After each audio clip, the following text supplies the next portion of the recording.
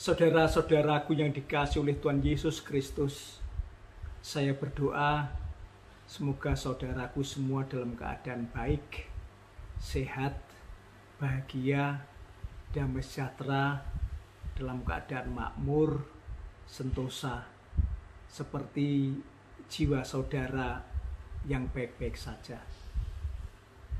Sungguh bahagia pada hari ini kita akan bersama-sama merenungkan firman Tuhan yang akan mencatat bagaimana hakikat manusia dan bagaimana keberadaan kita manusia di tengah-tengah zaman now, di tengah-tengah dunia di mana kita berada pada saat ini.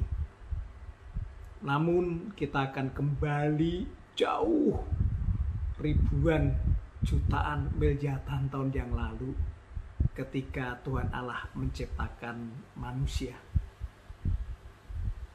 Kitab Kejadian 1 ayat 26 sampai dengan 27 menuliskan demikian.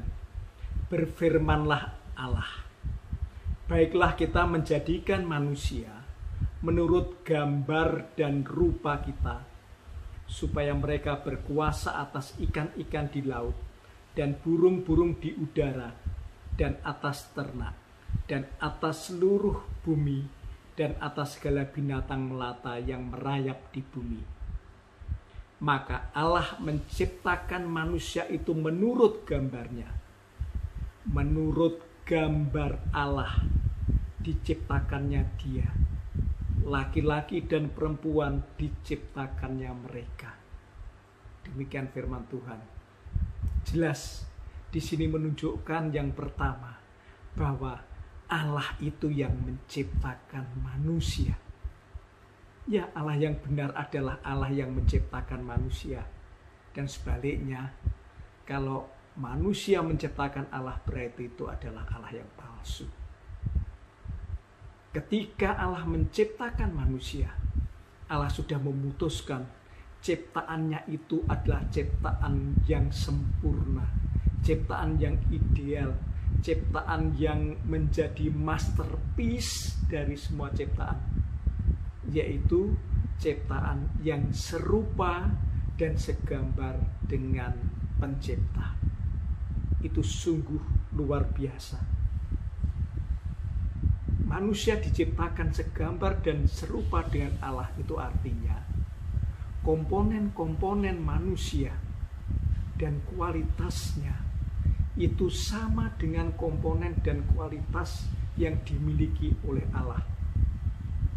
Itu artinya kalau manusia punya tangan, manusia punya kaki, manusia punya mata, manusia punya mulut, manusia punya pikiran, manusia punya perasaan, Tuhan Allah juga memiliki itu semua.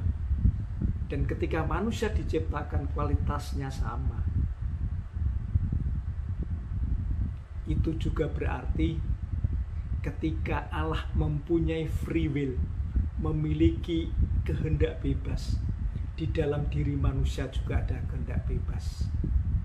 Itu berarti juga pola pikir, pola tindak, dan perspektif Allah juga menjadi pola pikir, pola tindak, dan perspektif manusia. Keadaan manusia sungguh luar biasa, sungguh sempurna, sungguh indah, sehingga penciptaan manusia seringkali diceritakan dalam bahasa aslinya seperti Tuhan menciptakan puisi, karena penuh dengan kemuliaan, keagungan, dan keindahan. Saudara-saudara yang dikasihi oleh Tuhan Yesus Kristus, tapi sayang sekali manusia jatuh ke dalam dosa. Alih-alih manusia mentaati Tuhannya, manusia melanggar firman Tuhan, manusia melanggar aturan Tuhan, dan manusia disebut jatuh ke dalam dosa. Jatuhnya manusia ke dalam dosa itu sekaligus membuat komponen-komponennya manusia kualitasnya jauh turun jauh merosot. Pola pikir, pola tindak, dan perspektif manusia sudah berbeda dengan punya Allah. Ketika manusia makan buah pengetahuan yang baik dan yang jahat, seketika itu juga perspektif manusia sudah berbeda lagi. Perspektif manusia menjadi serupa dengan dosa, serupa dengan setan, serupa dengan iblis. Dan sejak saat itu terus bergulir terus dalam sejarah kehidupan manusia sejak diciptakan hingga hari ini. Manusia terus menerus memiliki pola pikir, pola tindak, perspektif serupa dengan iblis, serupa dengan dosa. Hal itu tentunya berbeda dari maksud awal. Oleh karena itu, kata dosa dalam kitab Kejadian ini memiliki makna meleset dari sasaran. Sudah berbeda dari tujuan semula. Perjalanan hidup manusia yang sudah panjang itu berarti juga pola pikir, perspektif, pola tindak, karakter, wajah, perangai, moral yang dimiliki manusia semakin lama semakin mirip, semakin lama semakin serupa dengan dosa, makin lama makin serupa dengan dunia. Dan keserupaan ini makin lama makin persis dan permanen. Itulah manusia yang telah jatuh ke dalam dosa. Dan itu kita bisa saksikan hingga pada hari ini, bagaimana Alkitab menggambarkan keadaan manusia yang sudah jatuh ke dalam dosa itu. 2 Timotius 3 ayat 1 sampai dengan 9 menggambarkan keadaan manusia pada zaman now, pada zaman saat ini. 2 Timotius 3 ayat 1 sampai dengan 9, demikian firman Tuhan.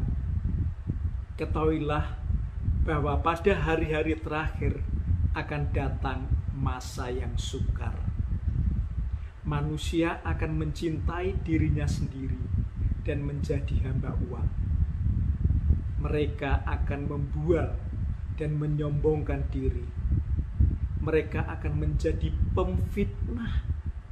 Mereka akan berontak terhadap orang tua dan tidak tahu berterima kasih, tidak memperdulikan agama, tidak tahu mengasihi, tidak mau berdamai, suka menjelekkan orang, tidak dapat mengekang diri, garang, tidak suka yang baik, suka mengkhianat, tidak berpikir panjang, berlagak tahu, lebih menurut hawa nafsu daripada menuruti Allah. Secara lahiriah mereka menjalankan ibadah mereka, tetapi pada hakikatnya mereka memungkiri kekuatannya. Jauhilah mereka itu, sebab di antara mereka terdapat orang-orang yang menyelundup ke rumah orang lain dan menjerat perempuan-perempuan lemah yang syarat dengan dosa dan dikuasai oleh berbagai-bagai nafsu.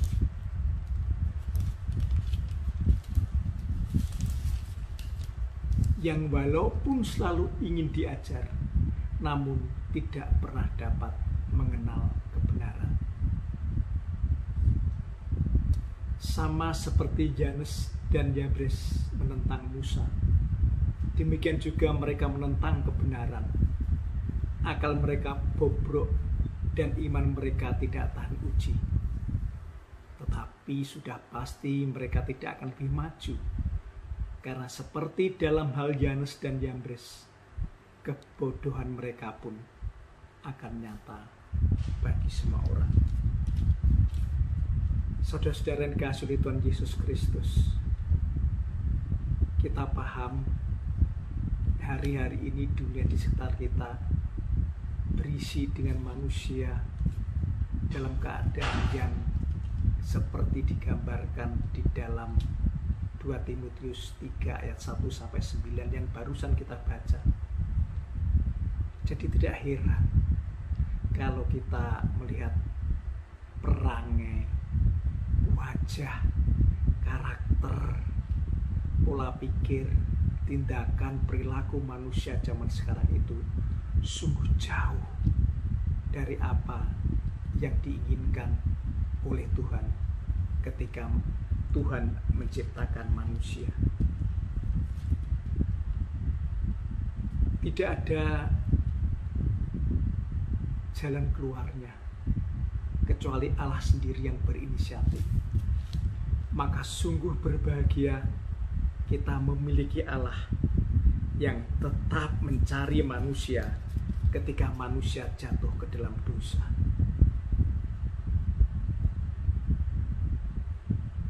Kejadian 3 ayat 9 menuliskan demikian. Tetapi Tuhan Allah memanggil manusia itu dan berfirman kepadanya, "Di manakah engkau?" Kita menemukan satu kebenaran lagi. Allah yang benar adalah Allah yang mencari manusia, bukan yang dicari manusia. Allah kita sungguh Allah yang luar biasa.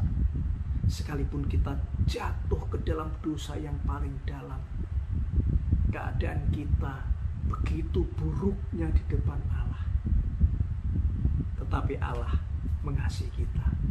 Allah tetap mencari manusia. Semenjak manusia jatuh ke dalam dosa, Tuhan Allah sudah mencari, di manakah engkau? Perjalanan hidup dunia, perjalanan hidup manusia terus disertai dengan pertanyaan ini, di manakah engkau? Dan sampai hari ini Tuhan masih menyapa kita semuanya, di manakah engkau? Kenapa Allah mencari manusia? Karena Allah mengasihi manusia. Allah ingin bertemu manusia dan mengembalikan keserupaan dunia, dikembalikan menjadi keserupaan dengan Tuhan Allah Sang Pencipta. Maka bersamaan dengan jatuhnya hukuman kepada manusia, Tuhan Allah saat itu juga mendesain keselamatan. Sebagaimana bisa kita baca di dalam Kejadian 3 ayat 15. Demikian firman Tuhan. Aku akan mengadakan permusuhan antara engkau dan perempuan ini, antara keturunanmu dan keturunannya. Keturunannya akan meremukkan kepalamu dan engkau akan meremukkan tumitnya. Ini adalah desain keselamatan yang sudah Tuhan buat semenjak manusia jatuh ke dalam dosa. Dan 2000 tahun yang lalu, desain keselamatan ini sudah Tuhan genapi. Kita baca firman Tuhan dari Yohanes 1 ayat 1 sampai dengan 5. Demikian firman Tuhan. Pada mulanya adalah firman. Firman itu bersama-sama dengan Allah, dan firman itu adalah Allah. Ia pada mulanya bersama-sama dengan Allah. Segala sesuatu dijadikan oleh Dia, dan tanpa Dia tidak ada suatu pun yang telah jadi dari segala yang telah dijadikan. Dalam Dia ada hidup, dan hidup itu adalah terang manusia. Terang itu bercahaya di dalam kegelapan, dan kegelapan itu tidak menguasainya. Penggenapan desain keselamatan itu adalah Allah sendiri, yaitu firman, yaitu dirinya sendiri dalam pribadi Tuhan Yesus Kristus, anaknya yang tunggal, menjadi manusia sebagaimana dicatat ayat yang 14. Firman itu telah menjadi manusia dan diam di antara kita, dan kita telah melihat kemuliaannya, yaitu kemuliaan yang diberikan kepadanya sebagai anak tunggal Bapa, penuh kasih karunia dan kebenaran. Firman itu, yaitu Tuhan itu sendiri, telah menjadi manusia, dan Dia bernama Tuhan Yesus Kristus. Tuhan Yesus Kristus lahir sebagai manusia, hadir di tengah-tengah dunia untuk merebut manusia dari tangan iblis, dari tangan dosa, dari tangan dunia, untuk dikembalikan menjadi serupa dengan Tuhan. Itu bukan tugas yang mudah, karena sudah begitu lamanya manusia di dalam cengkeraman iblis, di dalam cengkeraman dosa, sampai Tuhan Yesus mati di atas kayu salib, dikuburkan, dan puji Tuhan, pada hari yang ketiga bangkit dari antara orang mati, lalu naik ke surga, dan sekarang ada di surga. Sungguh karya keselamatan yang luar biasa, di mana Tuhan sendiri hadir untuk menyelamatkan manusia, dan sampai sekarang Tuhan masih bertanya, di manakah engkau? Marilah kepadaku, aku ingin engkau selamat. Kembalilah kepada ide penciptaanmu. Hei manusia, engkau sesungguhnya serupa dengan Allah Sang Pencipta. Allah sudah melakukan bagiannya. Yang menjadi bagian kita, maukah kita menyambut Tuhan Yesus Kristus, membuka hati kita untuk menerima Tuhan Yesus sebagai Tuhan dan Juru Selamat kita pribadi, supaya kita boleh memiliki proses perubahan pola pikir, perubahan perilaku, perubahan perangai, perubahan karakter, yang semakin hari semakin mirip dengan Kristus Yesus Tuhan kita. Saudara yang dikasihi oleh Tuhan Yesus Kristus, kalau pada hari ini diserukan oleh Tuhan terus-menerus, di manakah engkau? Aku akan datang untuk merubah hidupmu dari dunia kepada milikku, kata Tuhan. Maka mari kita mau sambut ini, mari kita respons yang benar. Kita mau datang kepada Tuhan, kita menerima Tuhan Yesus yang sudah turun dari surga menjadi manusia.